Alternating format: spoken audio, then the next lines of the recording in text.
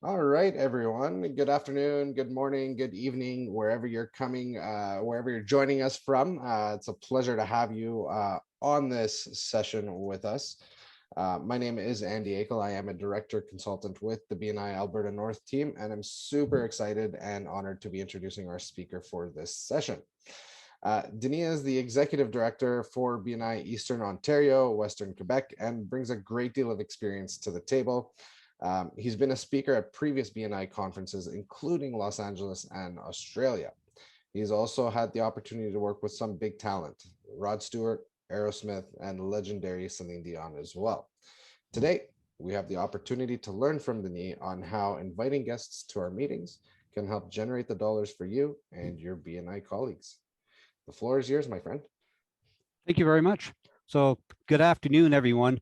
And I do this presentations to directors, but I also do this presentation or a variation of this presentation to chapters as they are getting ready for a visitor's day, because it's important to switch the mindset of people from inviting for BNI, making more money for BNI, to prospecting for my business, because prospecting for my business is really what the end of the day is really about. So basically inviting business drivers for you. And one of the things I talk about in BNI to BNI members as we're getting ready for a visitor's day, and can I confess something to you? I hate the term visitor's day. I detest it. You know why? Were visitors invited to your meeting last week? Were they invited to your meeting this week? How about next week? Visitors are always invited to attend. So it's not really a visitor's day. It's really a prospecting day. And I started in BNI in January 97 as an insurance broker. And I kept pushing the team when I wasn't on the leadership team to have a visitor's day, because it made me do things that I knew I should be doing, but never have time to do. You know, you're busy, right? I'm sure you all have papers on your desk that should have been done yesterday, or for heaven forbid, Monday or Friday. But visitors days really pushed me, gave me a goal for a specific day. So we always wanted to have visitors day for the chapter. And it really, and when I talk about inviting for your chapter, inviting business drivers for you. And what I mean by business drivers is, you know, if I own a tool company, let's say I specialize in hammers and screwdrivers. Every color, make, size of hammer and screwdriver that's made, that's what I sell. That's all, nothing else. But if the store next door to me sells baby clothes, is that a driver for my business? Not really, right? But what if the store right next door to me specializes in all they sold were screws and nails? Would we be business drivers for one another? So it's really about identifying business drivers for you and be able to invite people. And it's key to invite these people because it's key to invite. And because when you are inviting people for your business, you're really, for your chapter, you're really prospecting for your business. So here's the sales statistics that I've been going through, and I found this on the internet, and I've been talking about contacts and how the visitors days work in the chapter. And so I'm just going to go through this with you. And so as far as 48% of salespeople never follow up with a prospect. They meet someone at a party, at a hockey game, whatever, right? 48% of them do not follow up with prospects. 25% of salespeople make a second contact and stop. That's it. And by the way, I ask this all the time: are you in sales? And no matter what you're doing, you're in sales, right? And so 25% of salespeople do not make a second contact and stop. Only 12% of salespeople make 3 contacts and stop. Go no further. Only 10% of salespeople make more than 3 contacts. So if you're part of that 10%, you're way ahead of the competition, right? It's key. So, but here's the other part of the equation. 2% of sales are made on that first contact. How many of you, your business could survive on getting 2%? 3% of sales are made on the second contact, so we went up 1%. No, nothing to brag about, really. On the third contact, 5% of sales are made. And I want to stop the boat right here. On the first contact, 2%. On the third contact, 5%. We just doubled. We just doubled the sales by third contact. Is that good for you? Obviously. On the fourth contact, we've doubled it again. What's going on here? Well, we're building a relationship with the people that we're actually speaking with. Are you ready for this next one? 80% of sales are made between the 5th and the 12th contact. Now, listen up. There's a fine line between harassment and staying in contact, right? Keep calling that person. You ready to buy? You ready to buy? You ready to buy? You're harassing. But there's so many ways to do soft contacts, right? Cards, emails, whatever the case may be, newsletters. So 80% of sales are made on that 5th to 12th contact. Now, this is where I married this with the Visitor's Day process. The first contact is sending an invitation letter to someone. If you're doing it on paper, if you have letterhead, right, and you have a letterhead envelope, what's the first thing that individual that receives that letter sees? Your company name. Of course, everyone that's handled that letter from the mailman all the way to the person you're inviting gets to see your logo and your information on the letter. When they open it up, this is what they see. So if they open up an invitation and it's the member is not saying, hi, it's Harry from BNI, it's saying, hi, my name is Harry from Trigon Insurance. That's what the letterhead is saying on that person. And so that very first contact is the invitation letter. Now, of course, if you don't have their address or don't know their email, you can contact these, you give them a call and say, hi, I'd love to send you to an invitation to a business networking event, but I don't have your email address or your physical address, depending on how you're inviting them. Could I please have it? That's the first contact, and then this becomes your second contact. But if we continue on this form here, the second contact is if you send someone an email and you don't make a phone call to follow it up, well, how many of you get an email from someone that you don't know and read the entire thing? Or how many of you delete it within 4 seconds and it's gone, right? Any of you actually go back to your deleted files to look what those emails were? I didn't think so. So the second one is the phone call to either the email or to the physical invitation letter that you sent saying, hi, it's Denis from Trigon Insurance. I'm just following up with you an invitation I sent you to a business networking event. That's your second contact. So it's not, hi, it's me from BNI chapter. It's you from your business. That's the prospecting aspect for your business. The third contact, of course, is all those people who said yes and maybe. They would come to the meeting. The day before the Visitor's Day, you give them a call saying, hi, Harry, how you doing? Just following up with you. I'm making sure that you have the address for tomorrow. Of course, if we're online at the present time, making sure that you still have the meeting link, because, you know, it went by email to them when you registered them on BNI Connect. That would have been maybe 3 weeks ago, and they're not sure what that email is. So would you like me to resend it to you? It just ups the game on getting that person that said yes to you to the meeting. Or if we're back in person meetings, is this touching base one more time? Great, I'm looking forward to see you tomorrow. You know where it is, because I have a few people that I've spoken to that are looking forward to meeting you. That's your third contact. Of course, the fourth contact is at Visitor's Day, in-person meeting or the online meeting, whatever the case may be. That's the fourth time you get to see them. And that's the fourth contact. The fifth contact, of course, is after Visitor's Day, is the follow-up with them, re-invite. If they submitted their application to apply, that's fantastic. If not, it's calling them up, following up, inviting them back to the next meeting, and that's your fifth contact. Your sixth contact, of course, is that they come back to the meeting and they're being inducted, or more follow-up with them. The seventh contact is the 52 plus weeks that come afterwards that the people have come to the meeting. And it's key to do that. So it's really, if you look at the first couple slides that I had about percentages, and this is all the contacts. And remember saying that from the 5th to 8th contact, the 80% of the business. So increase your visibility and empower your contacts. And when I'm saying your contacts, when I'm looking at people to invite, when I was a BNI member, my contact list was my little black book. Well, actually it was green. And I'd say to people, take your book, start with the A's, right? And if you have it, if it's an actual book, look on the cover because you know you got stuff written there. But now most of us have it electronically. But go through all your contacts. Start with the A's. Who's Alan Albert?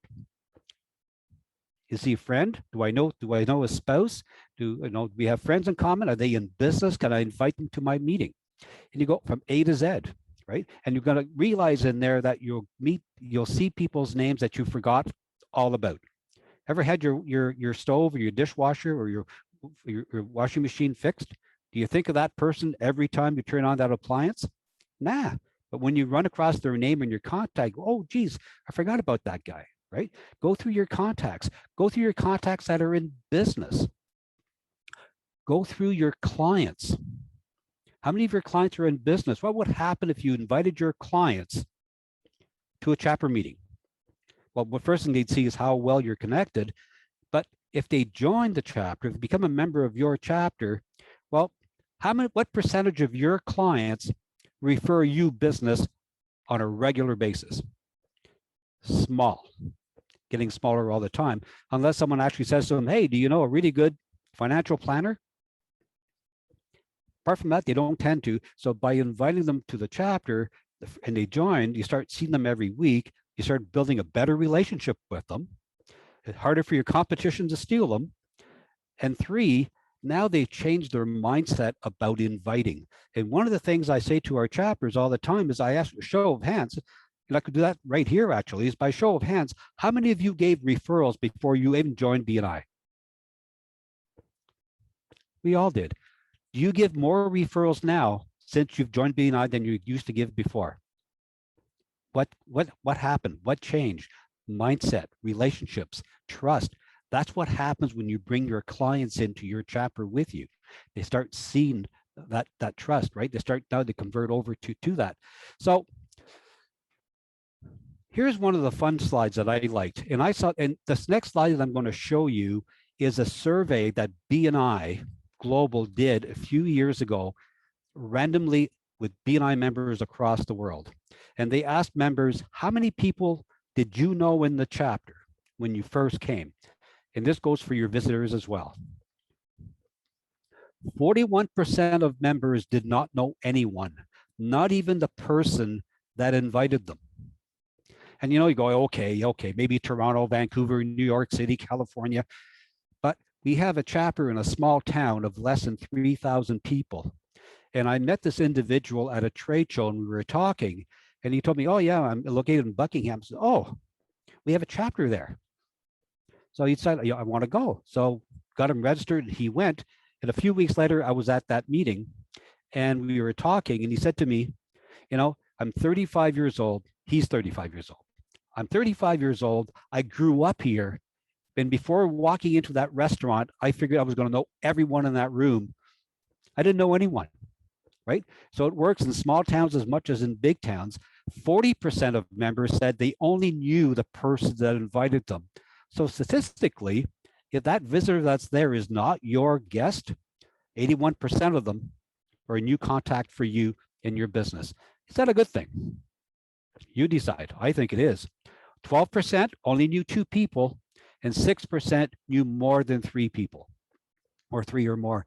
So no matter which way you take it, it's prospecting for your business, inviting those people. And I know I've had people say to me, oh, I invited everyone I know. Everyone in this town knows about BNI. Well, give you an example. We have a chapter in Manotick, which is a really small town. And the chapter's been there forever. And we were doing this workshop. And that's one of the things that one of the members said is, hey, I know we've asked everyone in Manotick and surrounding area, over years now, so many times, 10 times over. Everyone knows BNI. Well, you know, sometimes things just fall in your favor. We had a visitor there that day, and I took the time before the meeting started during the open networking to speak with this individual. And guess where he came from? Manotick. He'd been living there for 17 years, and he had never heard of BNI before, and he had went online, and because he heard of BNI and Googled BNI Manotick, and he found the chapter. So he was my ace up my sleeve that morning. So when we got all that information, and when the members were saying, you know, everybody knows about BNI, I said, you know what, we have Bruce here from Blue Mood Media, and I asked him, how long you been living in Manotick? Of course, the answer was, if you were listening, you're saying to yourself, 17 years. That's right. And how many times did you hear about BNI? I've never heard about BNI before. I just found it because I Googled it. So how many people out there, right, that have that you think have, but have not? So this is one of the things that you could actually do to invite people out to your chapter, because being in business is not a spectator sport where we sit back and wait and hope people will find us and call us. Being in business is a full contact sport. But not every person that we meet is the contact that we want to meet. So how do you generate more contacts? How do you get to meet the people you really want to meet? It was by surrounding yourself with a team of people that are here week after week to help each other grow each other's business, which of course is the BNI chapter. So inviting these prospects, people you know, people you don't know, to the chapter really fills that out. So, you know, and sometimes I say to people, well, you're not comfortable at inviting people. What's the language you use? You got to put it in your own language. And one of the things that I've used that have worked for me, and you've probably heard it before, is, you know, if I'm talking to a massage therapist, I'll say, hey, you looking for new patients?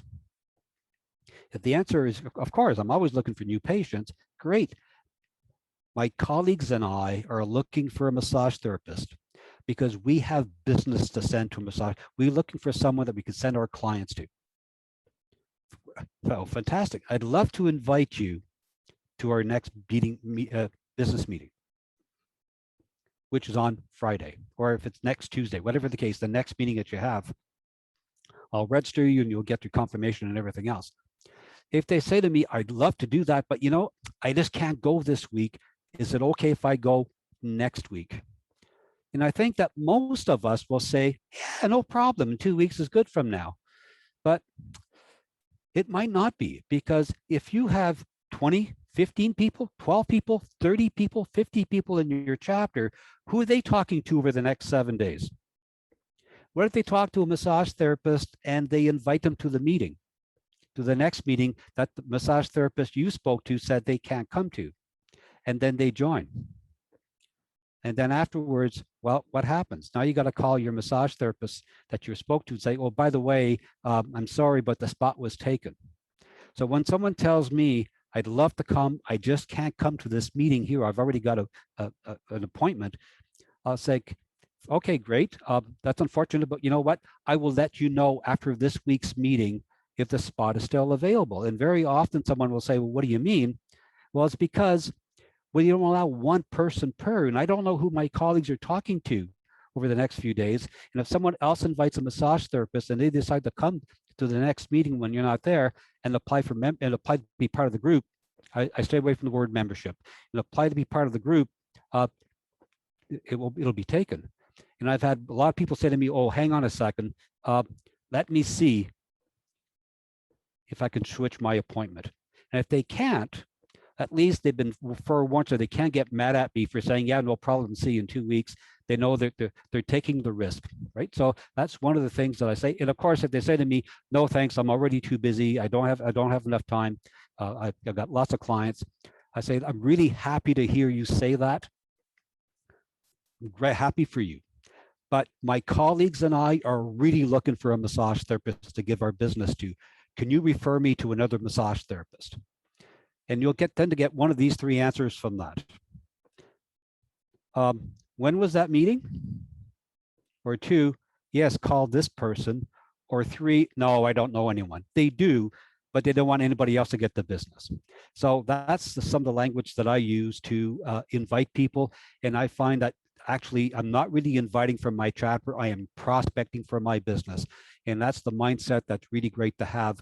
Who are some of the business drivers you can invite to be part of your surrounding that can help you drive more business your way? And of course, vice versa.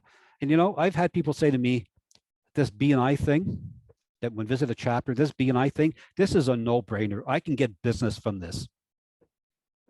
But I'm afraid I won't be able to give business. Can I confess something to you? I love those people. You know why? Because they're more afraid about giving than they are about receiving. And I say to them, if you come here with an open mind, getting to know the people that are here, referrals will start happening automatically.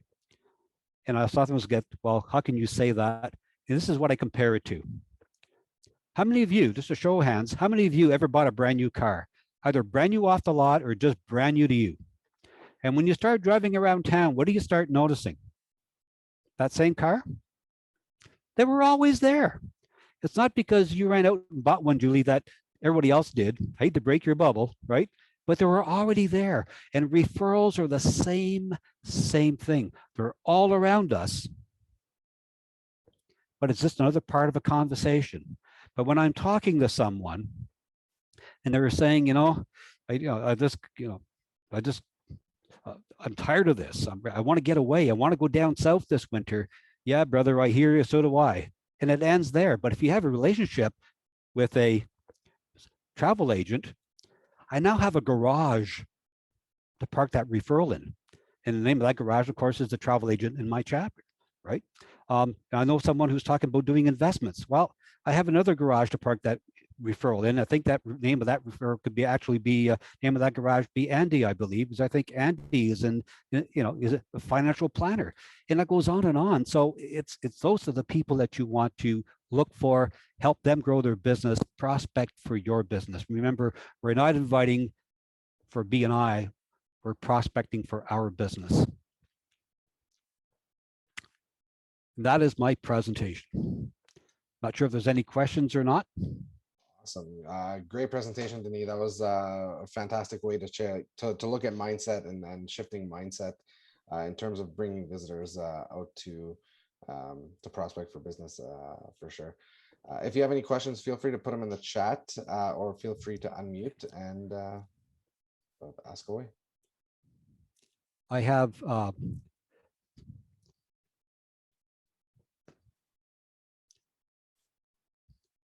so in closing, when your network is working with you and for you, your competitors, well, this next slide, it's going to be a little bit unclear, if you wish, a little fuzzy, because it is what it is.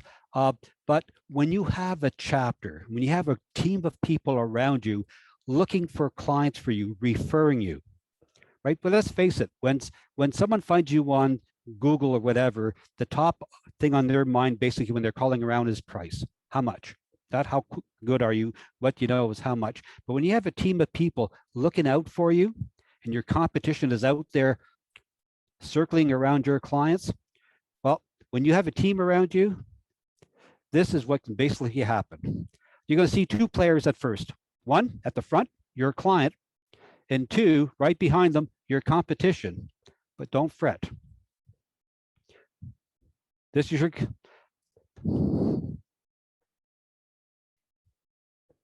closing in on your clients.